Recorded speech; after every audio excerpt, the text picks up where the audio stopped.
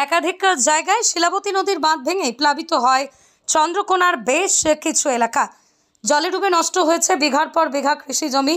নদী বাঁধ ছাড়াও একাধিক জায়গায় নদী সংলগ্ন যাতায়াতের রাস্তা জলের তোড়ে ভেঙে গিয়েছে।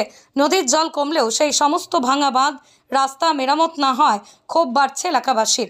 কোথাও নদী বাঁধ ভাঙা অবস্থায় থাকায় পুনরায় নদীর জল বাড়লে কৃষি জমিতে জল ঢুকে ক্ষয়ক্ষতি দ্বিগুণ হওয়ার আশঙ্কা। আবার কোথাও জলের তোড়ে রাস্তা ভেঙে যাওয়া, তার সাথে বিচ্ছিন্ন হয়েছে পানীয় জলের পাইপলাইন। ফলে যাতায়াত থেকে পানীয় জলের সমস্যায় ভুগতে হচ্ছে এলাকাবাসীদের। দ্রুত ভাঙা বাঁধ রাস্তা মেরামতের দাবি তুলছে এলাকার বাসিন্দারা। প্রসঙ্গত চলতি মাসের 15ই সেপ্টেম্বর টানা বৃষ্টির সাথে ডিভিসির ছাড়া জলে ফুলে ফেঁপে ওঠে চন্দ্রকোনার শিলাবতী নদী। পাশাপাশি নদী সংলগ্ন যাতায়াতের গুরুত্বপূর্ণ রাস্তাও জলের তোড়ে ভেঙে যায়।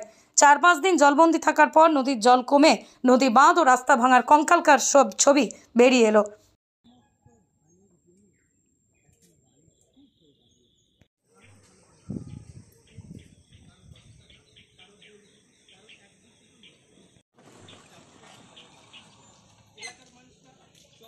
কাকু কিছু বলতে চাই?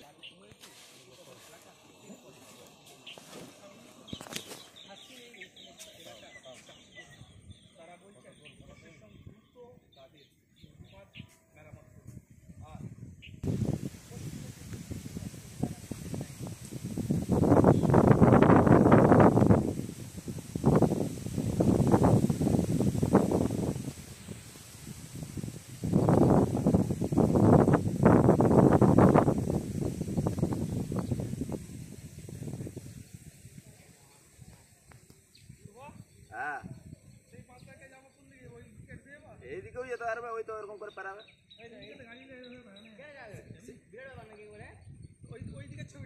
সেই দিকে সেরকম ছবি পাবে।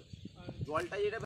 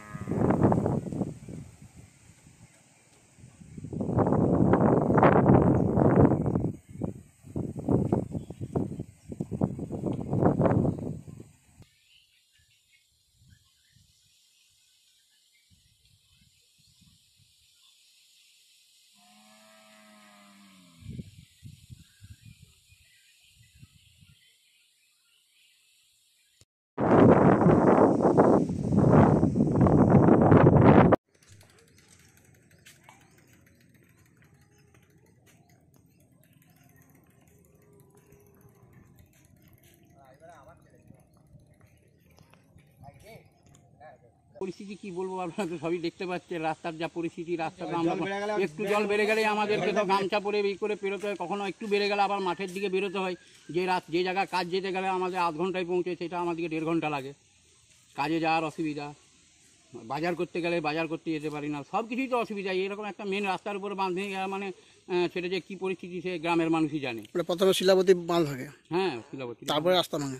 না, এটাই তো শিলাবতীর বাঁধ আর রাস্তা তো একই। আচ্ছা, রাস্তা বাঁধ একই তো। এখন যাতায়াত কিভাবে করছেন? এখন রাস্তা ওই ঠেলে ঠেলে যাতায়াত করছি কোনো রকম করে। জল মরলে আবার জল বেড়ে গেলে সেই মাঠের দিকে নেমে সেই দূরের দিকে মাঠে ধান জমিয়ে গিয়ে দূরে গিয়ে উঠছি। অনেকটা সমস্যা হচ্ছে। সমস্যা মানে প্রচুরই সমস্যা। এই সমস্যার সমাধান হবে কিনা জানি না। আপনারা কি চাইছেন? আমরা তো চাই একটাই, যে আমাদের সমস্যার সমাধান হোক, যে রাস্তা হোক বা রাস্তা এই মেরামত হোক, মানুষের যাতায়াতের সুবিধাটা যেন ভালো থাকে। আজ আমরা 2 বছর ধরে ভুগছি এই রাস্তাটা, এমনকি রাস্তার উপরে মাটি পড়েনি। রাস্তার উপরে মাটি পড়েনি, আজকে 2 কোদাল করে সামনে মাটি ফেলে দিচ্ছে, চলে যাচ্ছে। 2 কোদাল করে মাটি ফেলে দিয়ে উঁচু করে দিয়ে চলে যাচ্ছে। হ্যাঁ, রাস্তার মধ্যে কোনো মেরামত নেই, কিছু নেই। গত বছর কিছু মাটি নিয়েছে, গর্ত করে মাটি দিয়ে চলে গেল, আবার সেই একই পরিস্থিতি। গত বছর বাঁধা হয়েছিল, এখানটা ভুয়াজ মেরেছিল, জিসিবি নিয়েছে। হ্যাঁ, জিসিবি নিয়েছে, গর্ত করে তেরে এখানে বালি দিয়ে করে বস্তা দিয়ে কিভাবে ওরা ভুয়াজ মেরেছিল জানি না। এটা তো বালি বাঁধ মানে মাটির বাঁধ মানে ভেতরে তো উইমেকা রয়েছে, হ্যাঁ, ইঁদুর রয়েছে, শিয়াল রয়েছে, কত রকম জীবজন্তু বাস করে। পাকাপাকিভাবে বাঁধা হয়নি। কোনো কাজই নেই। আপনি দেখে নিন, আপনার দেখে নিন কিরকম পুরো রাস্তাটা দেখে নিন কিরকম অবস্থা। আর আমরা যে খাবার জলটা দেখুন, খাবার জলের লাইন কেটে গেছে, আমরা খাবার জল পাই না। তারপর থেকে খাবার জলটা পর্যন্ত পাই না। এটা কোনো ওদের ইচ্ছাই নেই যে হ্যাঁ কোনো রকমভাবে খাবার জলটা মেরামত করে দিয়ে দিই, এটাও কোনো লাইন নেই। জল কোথা থেকে তাহলে পাচ্ছে না? জল কোথায় কি করবে? আর বাড়ি তার বাড়ি, এর বাড়ি, কার টিউবওয়েল রয়েছে, কার পাম্প রয়েছে, কার মিনি রয়েছে, লোকের বাড়ি থেকে জল এনে খাচ্ছি। প্রশাসনের কেউ আসেনি তারপর থেকে? কেউ আসেনি, কারো কোনো দায়িত্ব নেই। আমরা ছুটছি, বরং যে আমাদের দেশ আমাদেরকে ছুটতে হয়। আপনার নাম? আমার নাম বিভাস। চন্দ্রকোনা 1 ব্লকে যে প্রাকৃতিকভাবে যে বিপর্যয় বা বন্যা পরিস্থিতি হয়েছে, আমাদের চন্দ্রকোনা 1 ব্লকে খুব একটা সৌভাগ্য যে আমাদের মাননীয় মুখ্যমন্ত্রী মমতা বন্দ্যোপাধ্যায় নিজে এসে পরিদর্শন করে গেছেন, এবং তার সাথে সাথে পরিদর্শন করার সাথে সাথে প্রশাসনকে পূর্ণভাবে তার নজরদারি করতে বলেছে। এবং আমরাও যারা জনপ্রতিনিধি রয়েছি, আমরা পূর্ণভাবে এলাকার মানুষের কাছে গিয়ে দেখেছি যে এতগুলো বাঁধ ভেঙেছে। ছোটোখাটো নদী বাঁধ যেগুলো ভগ্ন অবস্থায় ছিল অলরেডি আমরা মেরামত করে দিয়েছি, যেখানে থলি বা কিছু মাটি সঞ্চয় করে হবে সেগুলো আমরা করে দিয়েছি।